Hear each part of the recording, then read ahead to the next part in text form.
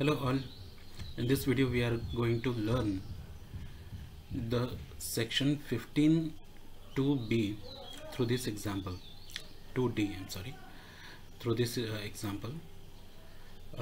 LG Corporation of a branch Belgavi is selling refrigerators to its customers. Arun purchases a refrigerator costing 20,000. Customer chooses, the name of the customer is Arun. Customer chooses to purchase refrigerator on 1st of January 2021. Seller also has EMI option for this item with some terms and conditions. Following are the terms of EMI. There are two EMI plans, 6 months and 12 months.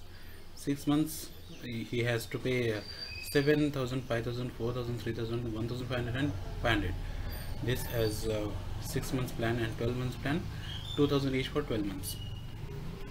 In the default of the payment of any or all of the EMIs, if any of these EMI or all of these EMI are not paid on time, then penalty of rupees 500 shall be charged over and above the agreed plan and price. This is total and final penalty for one or more defaults. This is what we have to understand. One penalty. There is only one penalty of rupees 500. Even if you miss last one 500, you will have to pay 500 rupees penalty. Or if you miss to pay first 7,000 on time, 500 rupee will be the penalty. Or if you miss all of this, 500 will be the penalty. Right? This is what we can understand from this example. So calculate value of supply, that is transaction value, and GST payable in following cases. Case 1. Customer purchases item by cash payment. Customer purchases item through NEFT, UPI or bank check or RTGS or any other options, but 100% payment is made. Customer chooses 6 months plan to purchase. Customer chooses 12 months to purchase. Customer chooses 6 months plan to purchase but makes default in paying EMIs for last 2 months. Customer chooses 12 months plan but makes default in last 2 months. These are the cases, 6 cases with this example. Right? If you have not understood, please pause the video, read it again. Okay, let us start with the solution. Customer purchases item by cash. Total value of supply will be the consideration and 20,000. So why 20,000? 20,000 is the cost of the refrigerator, selling price. Let us say selling price of the refrigerator. So that is the total consideration. Even if you make payment through NEFT, UPI or bank check, that will be the monetary value, right? And therefore consideration will be 20,000. Right? So customer can pay money cash through any form, be that e-form or hard cash. It does not matter. I purposely have taken this example over here. Next, case 3. Customer chooses 6 months plan to purchase. This is important. Total value of supply will be whatever consideration he has paid. See, he has chosen 6 months plan, right? 7,000, 5,000, 4,000, 3, 1,500 and 500. See, this is 21. Total is 21,000. So 21,000 will be the consideration and not 20,000. Even if the selling price is 20,000, 21,000 is what customer is paying and supplier is receiving, and that is what will be the consideration. Next, case 4. 12 months plan, 2,000 for 12 months, right? 24,000. So 24,000 will be the consideration. Hope this is understood. What happens if he makes any default? So 21,000 for 6 months plan, as we have calculated, 21,000 is the consideration, right? So 21,000 plus 500 penalty because he makes default for last 2 months, right? 500 penalty is there. So 21,500 will be the consideration. Hope you understand this, right? So there is a note I have given purposely. Rupees 500 will not be shown in the invoice, right? This 500 will not be shown in the invoice because he makes payment, he makes default in last 2 months. Even if he makes default in first 2 months, that will not be shown in the invoice because invoice will be of rupees 20,000 or sorry 21,000 invoice. So whatever penalty he makes in future, it will not be shown in the invoice. It will be collected from customer through debit note as per section 34 in the last month, that is 6th month of June.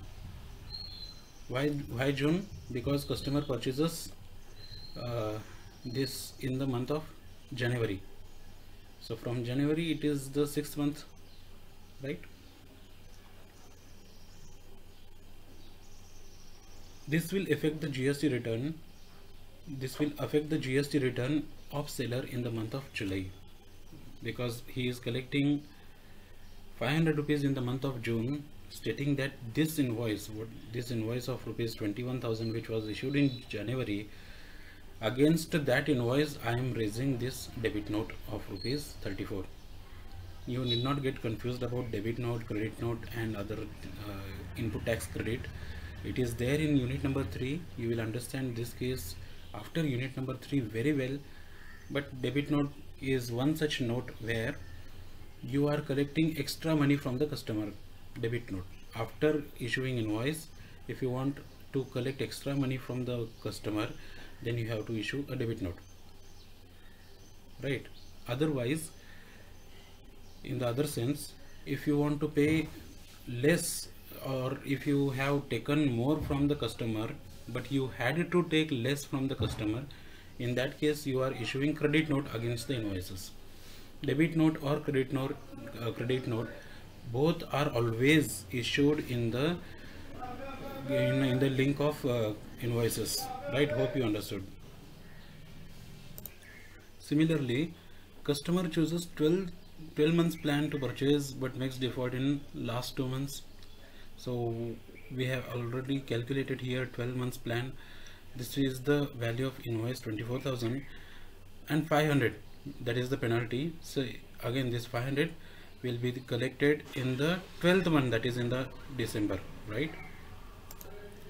So this will affect the GST return of seller in the month of January 2022, because for the month of December he will file his returns in the month of January. But however, filing of GSTR 9, that is annual return, mentioning of this transaction is needed, not specifically, but because annual return, if we are filing there, whole and sold all the transactions of 1 year we show, but we need not show this specific transaction over there. There can be hundreds of such transactions. We can show one as a transaction, right? So what will be the GST payable? GST payable is always calculated on transaction value of supply, right? So case 1, 20,000 was the value of supply. Let us assume 18% is the rate of refrigerator. Normal rate of refrigerator is 18% because it is electronic item, and the GST payable will be 20,000 into 18%, that is 3,600. Similarly, case 2, 20,000. Next case 3, 21,000 into 18% is 3,780, and on 24,000 in case 4, that is 12 months plan, 4,320. 6 months plan plus penalty 3,870, and 24,500, that is 12 months plan plus penalty 18% will be 4,410. You please observe one thing. Case 5 where 6 months plan plus penalty is given, and case 3 only 6 months plan is given. See, 6 months plan 3,780 plus penalty 3,870. 6 months plan, but this amount is changed. GST payable is changed. How it is changed? Because it includes 500. It means 18% is also calculated on 5%. 500 rupees. It means GST is also calculated on the penalty. It means this penalty is added into the value of supply, right? This is what you have understood from this case. This case belongs to section 15(2)(d). I have specifically mentioned these cases over here. One more illustration, we will discuss this. In the illustration given above, if the customer gets a loan from a bank of rupees 20,000, not from the seller, but see, in previous example where EMI was taken from the seller, but here he is taking loan from the bank of rupees 20,000 and making the purchase of refrigerator. What will be the value of supply, assuming that he takes a loan for 6 months and pays 3,500 equally? He makes default of last two payments. Even there, he is taking a loan from the bank. Even in that case, he is making default. Bank charges rupees 1,000 as interest on late payment fully for all payments or for any payments, right? So if you are 3,500 for 6 months, he is paying, right? 3,500, 3,500, 3,500, like this for 6 months. So if he makes any one default or all the defaults, he has to pay 1,000 as extra penalty. This is the case given. So in the given case, 3,500 into 6, that is 21,000 will be the supply, right? So what has happened here? Consideration is 21,000. Now government through circular has clarified that any interest charged by especially financial institutions, okay, we are speaking about only about financial institution, will not be a part of value of supply, because interest is neither a good nor a service, and therefore it is not a consideration, and therefore this 1,000 is not added to value of supply. Understood? So even if this 1,000 is penalty charged by bank to the customer and customer has paid 1,000, that will not be a part of consideration. Okay, so 21,000 will be the value of supply, and on this 21,000 he has to pay GST, and that will come somewhere around 3,780, right? We have calculated it. So there is another example. Calculate transaction value from given information. Sales price is given 50,000. Sales tax paid, sales tax they have paid 2,000, transportation charges 4,000, packing charges 500, and trade discount 2,000. These this is the information given. So calculation of transaction value as per receipt 50,000 or sales price, you can say.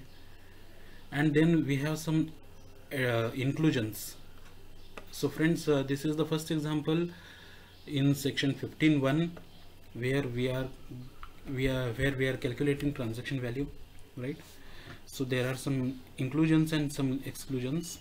Inclusions: sales tax, because any tax paid, section 15.1a, right?